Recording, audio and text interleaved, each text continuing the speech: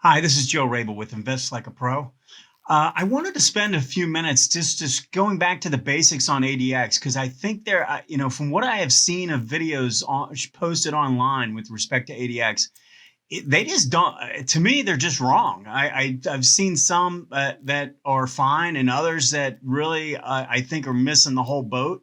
So I think it's very important that you have at least a basic concept of what you're looking at with this indicator. It can be really complicated.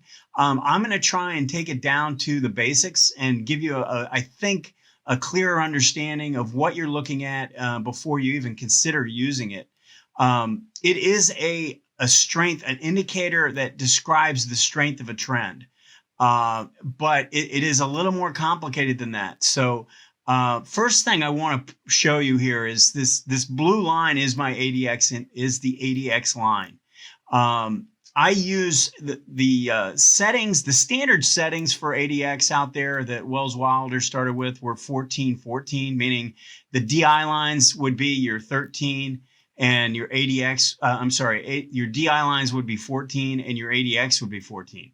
I've adopted a slightly different approach. I like to see faster peaks and valleys. So I actually adopt a methodology that was written by Charles Schaap, AD Excellence.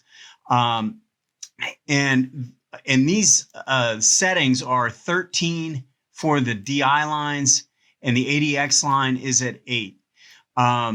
I think it's just real important to understand. I don't know that the settings are as important as understanding what you're looking at. The green line, which is the plus DI, is showing you the strength of the buyers. And the red line is the negative DI, and that is showing you the strength of the sellers. The blue line is simply the difference between red and green, or green and red.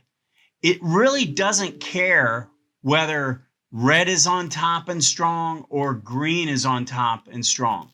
As long as if there's a growing separation between the two lines, this blue line is going to go up. So let me just look at an example, and I think this will make much more sense to you. I'm just going to point out this one period here where this is Microsoft on a weekly chart. You've got a pretty strong decline taking place. Pretty good selling. The 18 drops down below the 40, and it's clearly making lower highs and lower lows. During this period, the red DI, which is showing you the strength of the sellers on the declines, is rising. It's making higher highs, higher lows, and it actually, more so than anything, it's separating away from the green line, and it is on top, meaning red is in control, or the sellers are in control right now. When red is on top and green is down here low, that means the sellers are in control of this trend. And if you notice, ADX is rising during this period. You're getting a violent decline to the downside, and ADX is rising. That is based on the fact that the sellers are in control. Now, look at this. It makes a V bottom in early 2009 and takes off to the upside. And notice what happens. So let's just point this out. Now the stock is going straight up. And look at what takes place. Green starts to make higher highs and higher lows and move up. And ADX is moving up as well. So I mentioned this in my book. There's a small chapter in there that says ADX is non-directional. It does not care what direction the market is going. If the market is going down in a very strong fashion, it has a lot of power to the downside, the ADX will go up. If the market if a stock is moving up strongly to the upside and it's showing a lot of power, then the ADX line is going to go up. It doesn't care whether the market's going up or down. So some of the videos that I had seen online were saying if you've got to move from below 20 to above 20, or from below 25 to above 25, that would be considered a buy signal.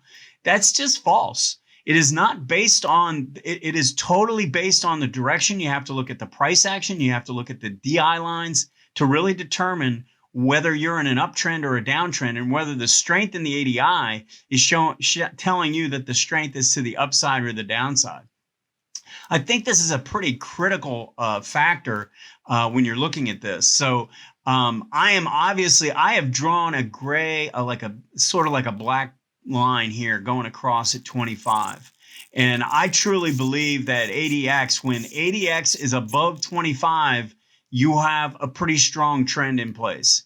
And it's strong enough for you to take the type of trades that I would consider to be breakout trades and or pullback trades. It is telling that you're strong enough to trend, essentially.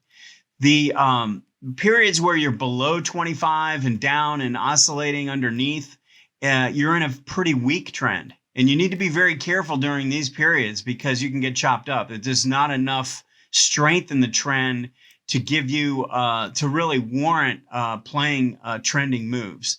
So the main point of this video, I just wanted to point out that that ADX is non-directional, meaning it doesn't care what direction the stock is moving. If it's strong, the ADX will be rising. And if the trend is weak, the ADX is going to drop. So it's all based on the difference between the two DI lines. So you have to know which line is on top and how aggressive the movement is. The only other point I want to make about ADX that I think is a critical factor, I give a lot of examples in other videos of how I specifically use this, looking for low ADX periods and then a breakout, or strong ADX periods and then you're looking for a pullback in the trend. I have a number of examples that I will be posting, and several that are in my book, and some videos that I'm also going to be posting as well that'll show you how I use it.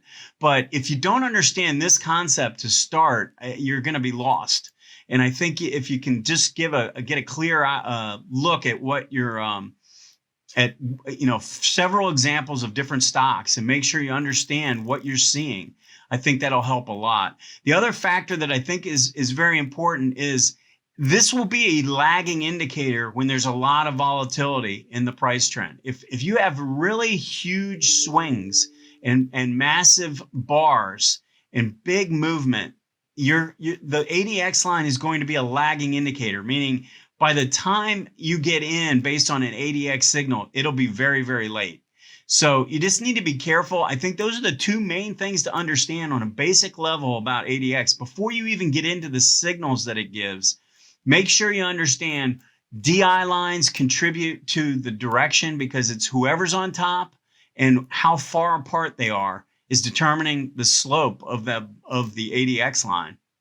And secondly, the volatility of the price action is going to determine how much of a lag there's going to be to the ADX. So just a few simple things I thought it was very important for you to understand, because you can get yourself in serious trouble trying to buy simply because ADX is crossing above 25.